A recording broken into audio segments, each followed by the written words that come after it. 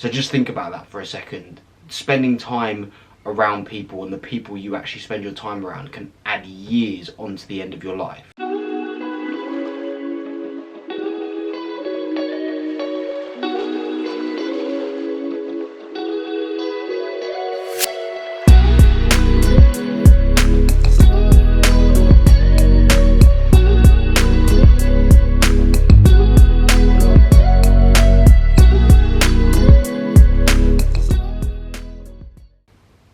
Boys, how are we? For those of you who are new here, I'm a psychology student trained to be a therapist. So on this channel we talk about mindset, positivity, mental health, well-being and everything like that. So if that sounds of interest, stick around. Today I wanted to talk about social contact and why it's so important. Social contact is basically a nerdy academic way of saying meeting people and being around other people. Everyone knows since the first lockdown that a lot of people are spending more time at home, especially young people, and more specifically than just at home, they're basically not leaving their bedroom, and obviously that is awful for you in countless ways that I couldn't possibly cover in one video, but I wanted to speak specifically today about social contact and how getting that out of your life is so detrimental. Decided to be a bit of a nerd today. I normally just sort of speak to the camera about basically my opinion on things mixed in with a bit of research that I've done, but today I actually want to sort of read you some proper things that I've looked at. So, study last year from Ruda and Janke linked specifically social contact directly to your well-being. There was a direct positive correlation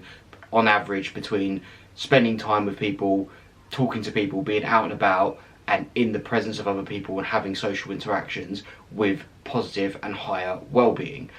Even more recently, a study that literally came out earlier this year from Kalseth et al. Echoed that, but specifically well-being within young adults. I'm guessing most people watching this video are going to sort of be in that young adult, 18, maybe a bit younger, sort of 14 to late 20s, sort of my sort of age maybe.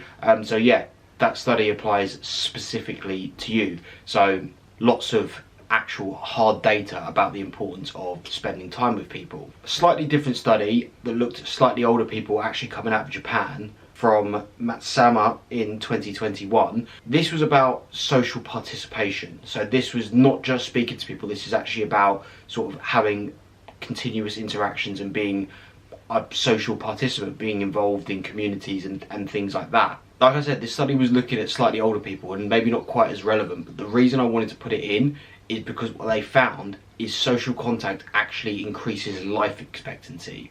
They couldn't give exact figures because obviously there are lots of sort of other factors, but it was years. So just think about that for a second. Spending time around people and the people you actually spend your time around can add years onto the end of your life. Nerdy bit over, let's get back to just chatting. So how do we deal with it? Pretty simple really. You set minimum goals every day. An easy one that I always say is 10,000 steps. Be out the house for at least an hour. It should probably take longer than that to get 10,000 steps. It certainly does for me because I've got short legs.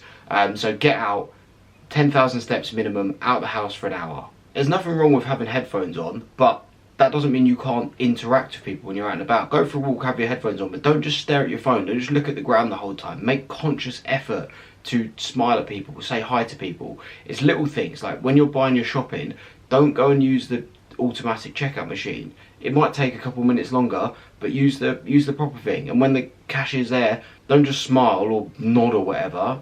Say, hey, how's your day going? Start an interaction.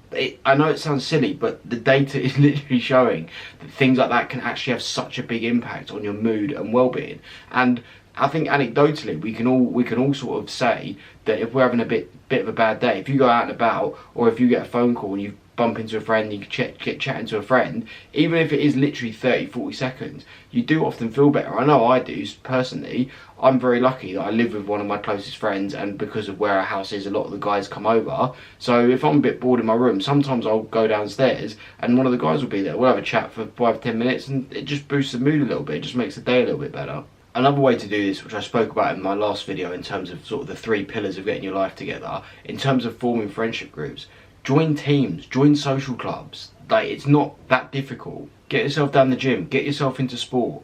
Even if it's not sport, then even if it's a reading club, if you really have to go to that, just something where you are meeting people, start doing maybe park runs or I don't know if there are like sort of coffee shop things. Sign yourself up for events like wine tasting or whatever. Whatever you enjoy, there are other human beings that enjoy those things. So go and do those activities, but do them in group sessions. Say you learn to play tennis or golf. Rather than having a one-on-one session, book a group session, because you never know who you're going to meet there. You could end up meeting someone who ends up becoming a friend. I think I've covered everything there is to say. I know everything I've said there is probably pretty self-explanatory in terms of why it's good to get out your room and not stay in your room all day, but there are a lot of people who really struggle with it, and that was why I wanted to put the actual sort of data in there and stuff like that, because it's easy to say, oh, go outside, go for a walk, but sometimes it's nice to actually understand the differences that it's making. Obviously, I've never really done a video before with sort of the actual papers in it. Like, I am a psychology student at uni, believe it or not, so I do kind of understand how to read an academic paper. If you like that kind of stuff, drop a comment below. I've never done it before, but I'm happy to